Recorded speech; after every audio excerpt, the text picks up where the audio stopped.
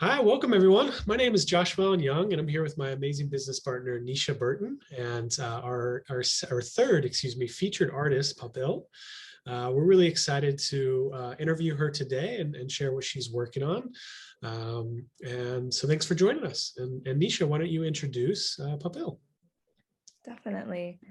So we're excited to have Popil here as she has done many amazing things. She's a new media artist, a traditional animator, and an art director that has worked with companies like Nike, Finnair, and MTV.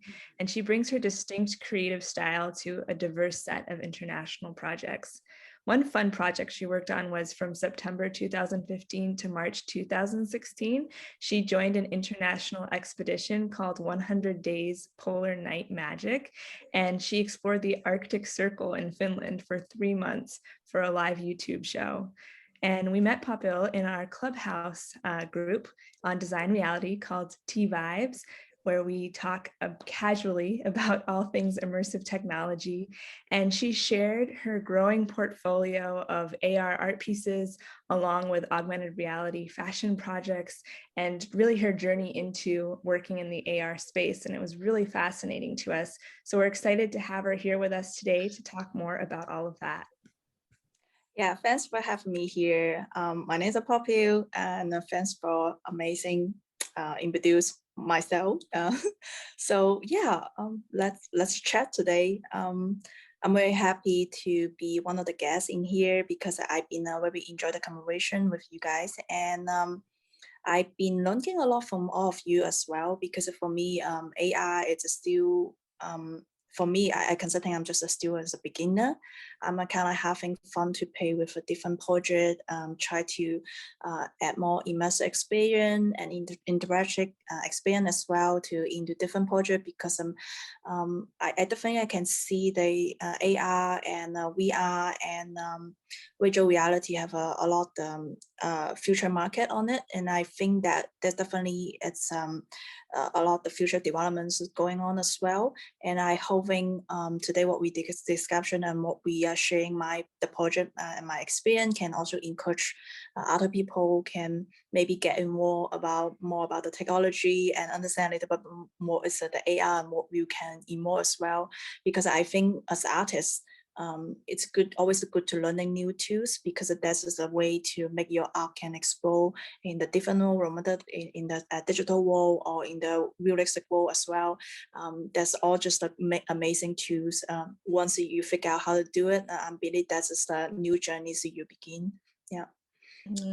Yeah, that's fantastic. I think Nisha and I both work really hard to bring people from all walks of life and all backgrounds into these conversations, and that's really what we've loved about Clubhouse and loved about having you in the conversation. So no, that's really awesome. And yeah, I'm excited. I think we're both very excited to have you here today. Well, Nisha, do you want to kick us off and ask our first question? Yeah, definitely. So I loved what you were saying too about how, you're starting off on this journey, and a lot of what you've been exploring and learning is really exciting to see how AR and VR can integrate with the traditional arts. And so I'm curious what your personal journey has been. You come from maybe a more traditional digital arts background. How has it been, and how have you come into this XR space? Yeah, I think one thing I would like to share is my background actually is fine art artist. Most of my artwork is work by hand. If you really look at my portfolio, I have a ton of drawings by hand drawing or painting or a lot of things just create by my two hands.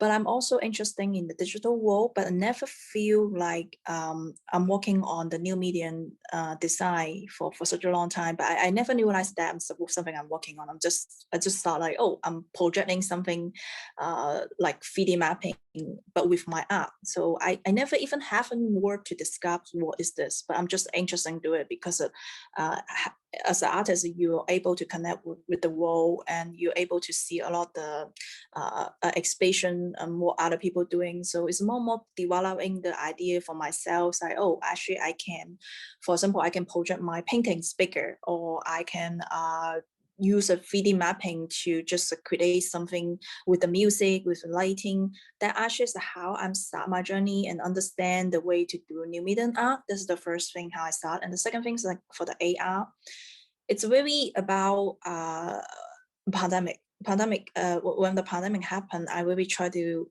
find a way to work out with the exhibition and with the artists as well, because I'm also organizing exhibition with artists, with branding, and something strategy for me. It's we can't do anything without online, so everything had to bring up online. So what we can do can bring up extra experience to share artwork or explain about the behind scene with the audience. That's something we always try to do. And then I realized AR is actually the easy object we can easy tools we can go, because for VR probably you have to have a headset, but for AR you can just use your own on your own phone, like iPhone, smartphone, and then you can easy to use some software or app. You can easy to understand what's going on, what's that immersive experience, and this is quite a lot of fun. So I start to create the exhibition with the AR, with some of my image. So I usually when I work for my animation, I'm using like theme by theme. So basically each theme I just draw by my own hand, just like a traditional way, display way to drawing. But I realized it's also much faster to use a digital. So I'm just slowly to change myself, my art, my animation to digital art into, I realized actually I can create something faster and easy to explain the things I want to create. If you really look at the girl in the middle, the girl, if you can see my hand with the girl, the head, yes, this one. This is the things I with my son. So I have been creating a lot of projects. It's like AR, but I have a fun to explore the artwork with my son, because I really want to create the immersive experience, but telling people what is it.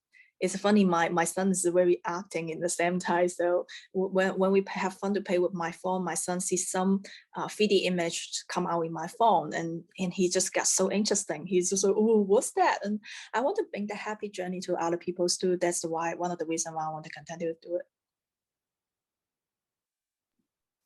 That's a great answer, and great to hear about your journey from the more traditional hand-drawn even way of doing art, and then moving into the digital space and moving into the XR space, how you found some of that ease. I'm curious, how do you keep the hand-drawn aesthetic that you've cultivated all these years and translate that over into a more digital space? In the beginning, it's quite difficult because I'm not used to the color, especially for the color palette, because of digital art, you can create a lot the effect, and also you can easy to control the color palette. For most people, maybe easy, right? But it's for the person like me, usually use to a traditional way to do art, and I would feel like, oh, too much option. But the one thing it's good for me to explore is just try with the different effect and try with different color apply, and end up I always realize like that's where we present me. If you really see my colors, all the color palette is very colorful. But I think this is the you can also see I have a lot of fun to play with the things I'm creating. So actually, this is the one of the image about to support Stop Asia Hey. It's a small animation, it's a short animation, but it's just want to donate this piece for Stop Asia Hey community, but using NFT. Yeah, I remember when you were working on this piece and then came to our room and spoke about how you turned it into an NFT and then used Yeah. the funds that were raised. Could you talk a little more about that? That's really an interesting way to do it. Yeah, as an HR artist, I always want to support all my family, all my own country's people. So lately, a lot of problem about the races and about the Stop Asia Hate community is really support a lot different people's in the stage, and I really want to do something for them as well. So beginning when I create this image, so really just think about, I should maybe just create a AI image so the people can pay with the filter in the Instagram. They can pass this message. But then I think about like, no, wait a second. If I'm just share the one of the face filter, it's just kind of like one more garbage in this role. It's not much helping people. So end up I feel like let's just I drop in the MFT. So at least if when I sell it without gas fee, and I can still donate the real price to the real helping people. So happened is after I drop this MFT, somebody just bought it. So total include 12 hour I already donate to the people. If you remember, one of the lady, old lady, Chinese lady in San Francisco, she get hip very bad, but she fight bad. So that's actually a funny story. But I really want to donate to her. So this is the first goal. I think like I need to just create some art piece donate to her, and I just donate after when I sell it, and she also is ready. She have like a target. She already get enough the target, but then after the money over the target, she also donate again to back to the HR committee. And so I think it's good, good love and warm messages passing going on. And I think that's the new way for artists. If you do want to help something, represent your country or represent yourself, and that's the new way you can do it too with your hour and pay with the MFT. Yeah. I remember hearing about her story, and you know, all of what was happening was quite tragic, but I really appreciate your perspective on it. And yeah, the ability, you know, obviously NFTs have been quite hyped in many ways, but the ability to be able to make art and then actually support a cause that you really want to with it is quite incredible. So, you know, with that, you know, we're seeing a little bit of your work. We'd love to hear more about some of the current projects you're working on, and then how do you feel like your style has evolved as you've learned these kind of new digital tools like augmented reality and now NFTs? You mean, pardon, this question is about how my before the work and with the new tools what I'm learning? Yeah, just like, you know, basically, how has your art style changed at all, or do you have like a new way of expressing, or do you feel like it's just, you know, the same style but just a new medium? I think it's definitely something new style because I never do 3D before. I can tell you before the MFT, I never getting more any 3Ds. But I start to slowly to turn to my work to 3D object. For example, I will create some 3D object, and then I try to editing my artwork, include the 3D object. If you see my Hegeland website, the one I'm just send you, and you can see the girl. The girl corn is one of my drawing, but inside the 3D image, yeah, the girl, yes, this one. So this is one of the drawing was my favorite. Actually, I'm going to do the tattoo about this girl as well in my hand. But I having fun to play with this object to add it to 3D and turn it to like a coin, because we're always joking about buying crypto, buying blockchain. So I'm just start to do the collab with other artists, and this is the first coin I create by myself with my drawing. So it's funny to see my drawing to turn it to a 3D image, but still have my own style. So I think that's the why I feel it's really attract me to continue to learn the 3D and the AR, because I feel I can see what's the coming, what's the future is coming. I can see this is something I want, interesting to do it, and I can see this is the things I want to continue, because it makes sense for me as an animator. I can do a lot of effect, and I can do a lot of motion graph as inside as well, and with my artwork. And also I can create something interactive experience with you. If you can tune it, and you can tune it, and you can tie it this image as well. So it's quite funny. I kind of like breaking the gap between my artwork and with the people, with the buyer. So I just have so much fun to still just kind of learning on this process.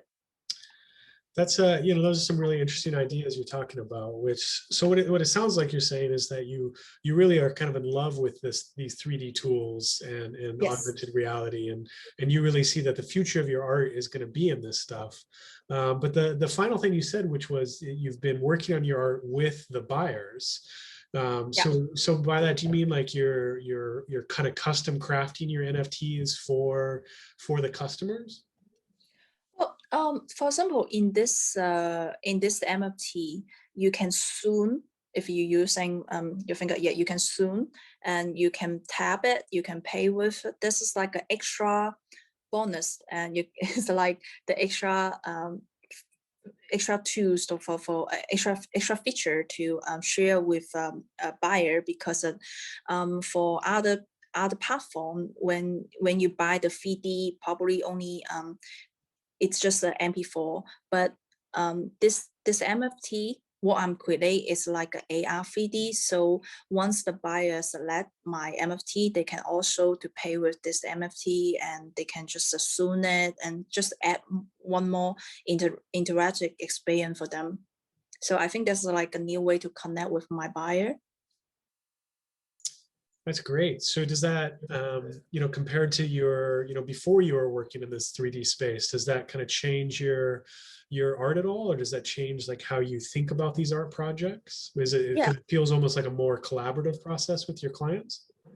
Yeah, I will definitely consulting how what's the possible to using the behind story to represent my art, like this one. If I'm for example, this girl con you just see, it's actually the whole connection.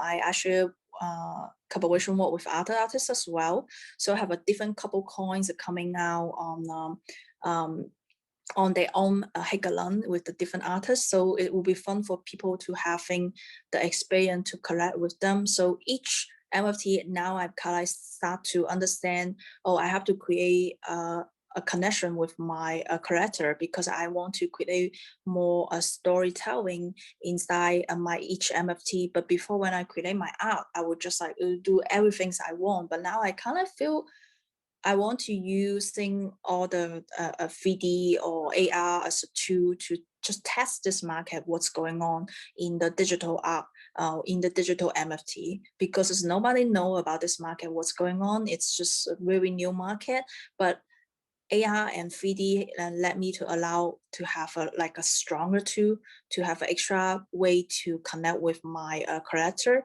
So I think that's the very different the way when I'm doing my traditional art. And when I'm doing my traditional art, I probably don't even having way to connect with my character. But in the MFT world, I can once I sell, I can also to know who buying my art and who pushing my the things I'm creating. I think this is the very good experience and healthy experience for artists as well.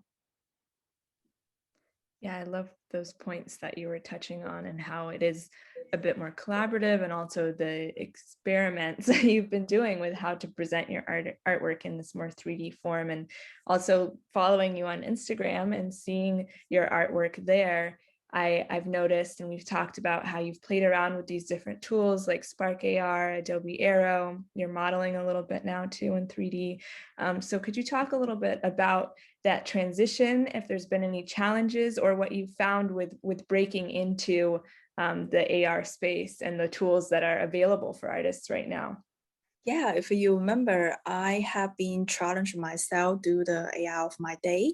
And basically the way I do is just testing different platform to with my artwork combined together. So the beginning, the platform I'm using is called Artify, and it's basically allow me to using a single image or animation to add some anime AR feature on it. And I feel it's quite cool to play with.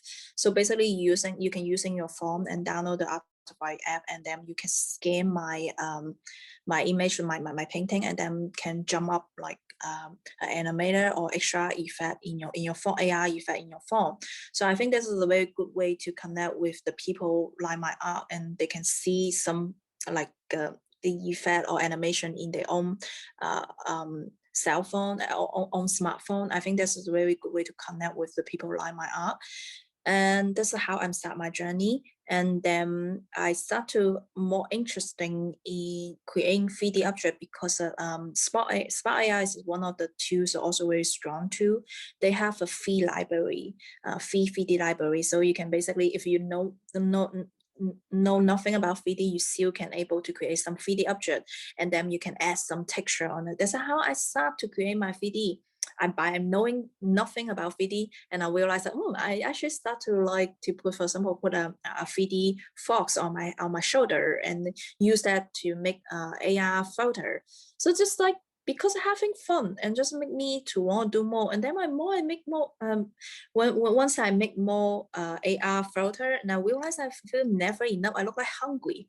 I want to learn more, and I want to create my own 3D, and that's why how I start to slowly to get in more to the 3D world. The first 3D platform I'm using, it's called Nomad Sculpture. Nomad Sculpture. It's in iPad. It's one of the easy sketch app. So if you see the girl I'm always represent in my Instagram, it's kind of like for us, it's the first 3D I create because I usually love to make things with my hands. So I have like a basic background to know how to make a human face shape. And so this is why this is the one. So I have a lot of fun to just add like AR photo in the Instagram to share this image with everyone. Then I realized, no, actually I want to do more. How about I want to add more texture? How about I want to add more animation? And so now I'm getting more to start to beginning to learn cinema 4D. Yeah, this is the one of the AR I have fun with my son, just using my own AR object into AR photo in Instagram. So this is a kind of like fun journey for me. Yeah. If you see the pink one in the middle, yes, this is the one I start to do.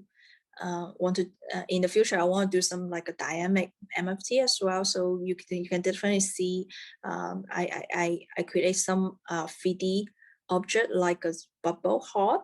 I call that as a bubble heart because I feel that's pretty like a bubble. MFT for me is kind of like a bubble. Botching for me is like a bubble too. So I kind of want to explain the behind scene, and then I create this 3D image in the cinema 4D. But I'm having a lot of fun because I think in the future, I want to use this object to try to play with the dynamic MFT, and that will be amazing. I can't wait to excited to create something more different. Yeah, that's really cool. And it's been fun to hear about your daily challenge. That's been really inspiring to me as well. And then also how you even ventured into metahumans and playing around with that a little bit. Has it been challenging as an artist to learn all these new tool sets and to take on these new technologies? Yeah, it's very hard.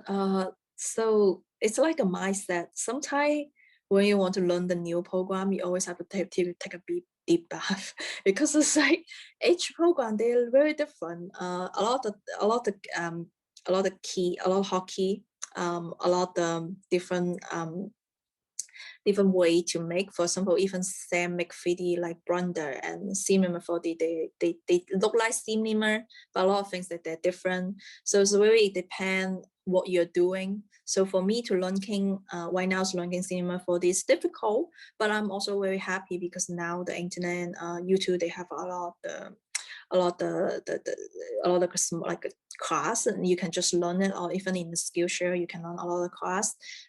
So I kind of like getting to the way to like I not just understand what I'm doing, I can start to create my own now. So I think this is a very big improvement to what I have been doing, because I have been learning a lot different software for my now, because as an animator, actually you have to learn a lot of software to combine all the work together. For example, you have to know Premiere, you have to know After Effects.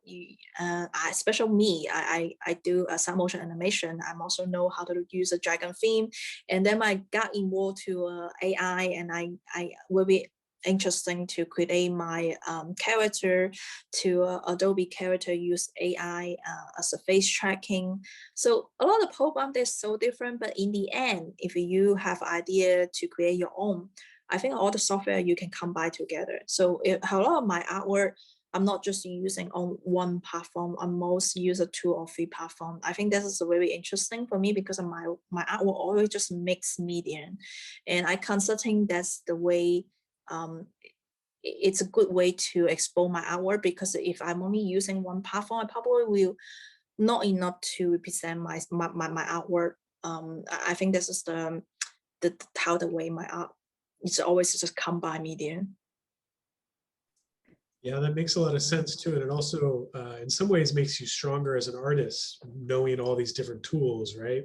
Because I know a lot of artists who, had really mastered tilt brush and really focused on building a whole portfolio of tilt brush pieces, which is in VR.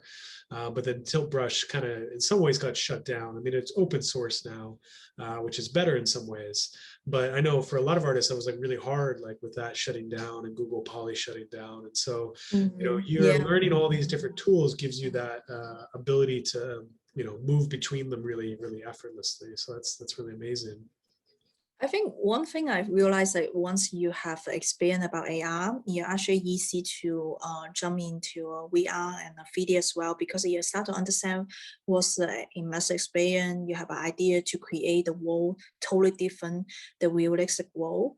And then you can start to using all the tools, especially you more and more understand what's the 3-dimensional world. And basically all the tools, they have some common sense. Yeah, I can understand what you mean about some artists will probably only focus on one tool. Actually, it's difficult. For me, I can never just focus on one tool, because I just hard for me for especially when I'm working on my file or my animation. I just hard to only using one tool to create my art.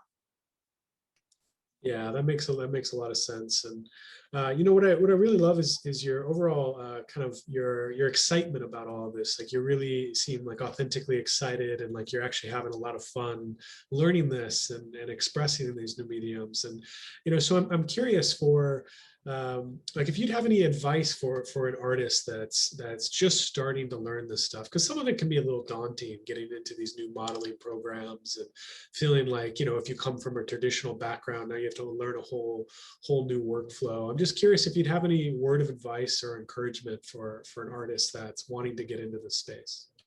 Sure. For me, most of the things I actually learned from by myself. Even actually graduate continuing education in university, but I realized a lot of the new tools have been learning is just all learning by online. You can do the online class pretty well in Skillshare. Skillshare, they often very good like introduction class for the beginner.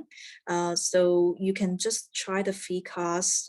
I think it's like a half-month free class or week free class, I forget. But you can really just start to learn any kind of software you want in the beginning.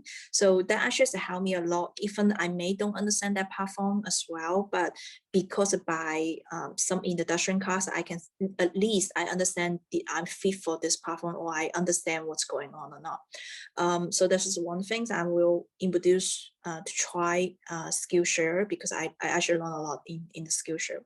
And the second is YouTube. YouTube is, I'm always joking, I'm graduating from the YouTube, because YouTube is a kind of like one of the big media. I can find a ton of the research, ton of the free tool, a ton of the new software app in even Metal Human. I learned Metal Human in YouTube as well. I think this is a very good update. It's just try to follow some artists you like it. They always will update and produce. You have like a new free class, and I think this is a good way to learn as well. And now I'm also realized that Clubhouse is definitely it's a very good way you get all your resources, because I think Clubhouse have a very good art community going on. Anytime if you have any question for me, I'm actually only have been start my MFT only for like 2 months. It doesn't that long at all, but I get all my help from Clubhouse, all the artist community. Even I actually want to cop in Clubhouse as well, and So I think if anyone interested and don't know how to begin, I think that's the free way you can easy to begin. Or just come directly to ask me. I'm open to answer any question. That's a generous offer, and I think it's great advice. Really the information's out there. Like you can, like you're saying, you can find great community on Clubhouse and actually meet other people that are learning. I know you've come into our room a couple times and asked questions and met Yeah. other people working on that stuff, and that's amazing. And then I know Nisha is a student at the University of YouTube. She's always learning things off of YouTube, and then Never Nisha. graduate. Nisha, also, you teach some classes on Skillshare, don't you? We're going to need to put your Skillshare referral link in this in the description of this video for everybody. Yeah, definitely. I love Skillshare so much, and I've both taken many classes and also taught a few on Skillshare, and it's a great resource. And really, for the amount you pay monthly, we should be getting definitely a referral link. But you get a lot of great resources from that. So those are really great recommendations. So actually, I have a class in Skillshare as well. So if you check on my YouTube, I do teach how to create your own character and animation, how to develop your own animation world. I think that's also easy to basic things to understand how to make stop motion animations work, because I think that's just every things to begin. Special people interested in animation, stop motion animation is definitely the beginning, like important to understand what's going on. Yeah, that's fantastic. So we'll, if you're listening, we're going to have links to all of Popil's Instagram and her YouTube, and we'll even link her Skillshare class. So if you're interested in checking that out, just look in where are we can put that, Nisha? Are we putting that in the description, or are we putting that in on our website? On the website, we'll put it. Okay, great. Yeah. So on our reality.design, we'll have a whole article about Popil. So if you're listening to this, that will be up, and you can learn all of that. Well, we have just one last question for you, which is, as the evolution of art continues into the XR space, into the immersive AR and VR, we're curious, what are some of your kind of big dreams or your big hopes for the future? Like, what do you really see being the potential that's available to you? Well, I think it's funny to see AR or XR as a marketing, because my personal work is really try to help artists to develop expression or create collaboration work with different branding. And I realize XR definitely have a big marketing for HR. So that's like the marketing I'm working on is most focused on my business in Asia. And I realized that not just using on XR experience, not just using on art, and they could be in the education, could be in the health, like education, and also in fashion as well. So I think it's a lot the new marketing is coming on, and I would considering the next generation. It's all about XR. Like now it's already happening, because of the everything's very cyber for me.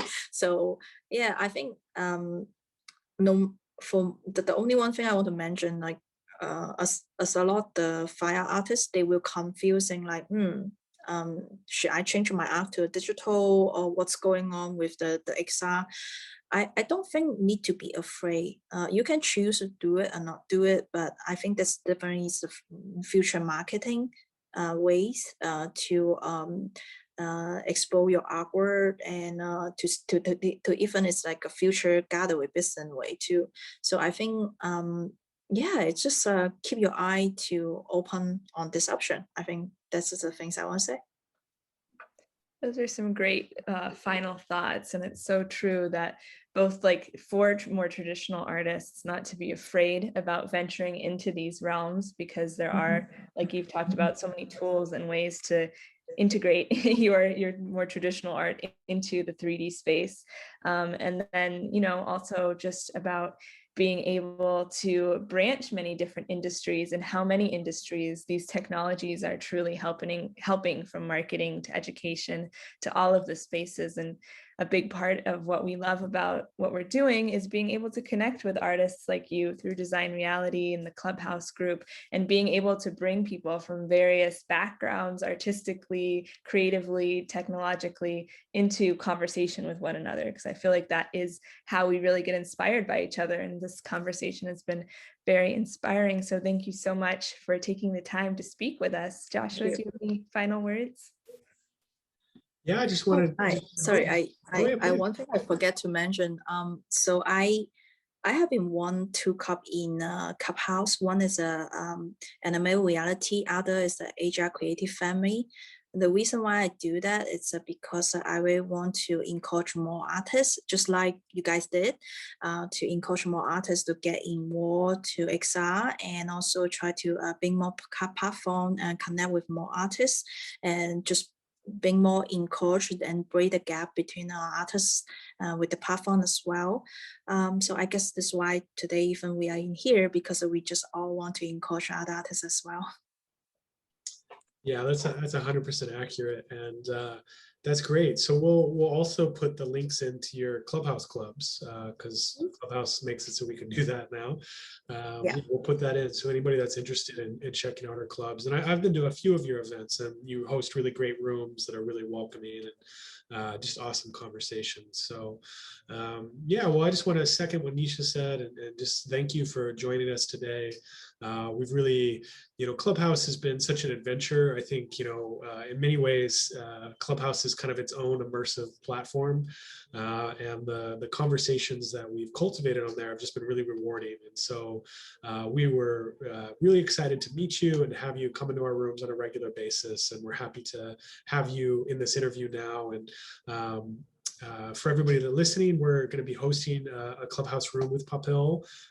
So we'll have details about that in the video as well. And we'll be hosting these rooms on a regular basis. So we encourage everyone to come connect with us and join the conversation. Thanks so much again for being here.